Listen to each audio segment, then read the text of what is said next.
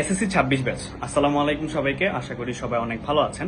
So আজকে আমরা দেখতে পাচ্ছি যে আমাদের এইচএসসি রেজাল্ট দিছে, এইচএসসি 25 এর ব্যাচের স্টুডেন্টদের রেজাল্ট দিছে। সো রেজাল্টটা অনেক কম আসছে। এখন সবাই চিন্তা করতেছে যে আপনাদের কি হবে, বেশি হবে না কম হবে। সো সেই চিন্তাটা একটু আমরা বাদ দিই। সামনে যেহেতু টেস্ট পরীক্ষা, প্রি টেস্টে হচ্ছে অনেকেই অনেক সিলেবাস কভার করতে পারি নাই। আমরা এখন শর্টকাটে না যাই।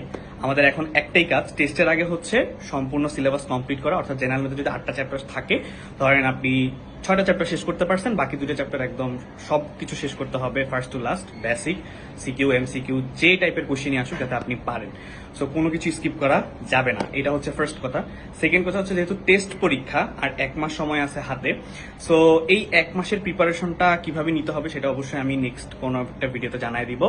আর থার্ড হচ্ছে সেটা হচ্ছে আপনারা এখন একটা জিনিস কমেন্টে জানাবেন, সেটা হচ্ছে আপনারা কে কোন বোর্ড থেকে পরীক্ষা দিবেন সেটা জানাটা খুবই ইম্পর্টেন্ট। সেইটার বেসিসে হচ্ছে আমরা বোর্ড অ্যানালাইসিস করে আপনাদেরকে সেই সাজেশনগুলো দিয়ে দিব, যাতে অ্যাটলিস্ট কেউ ফেল না করতে পারেন।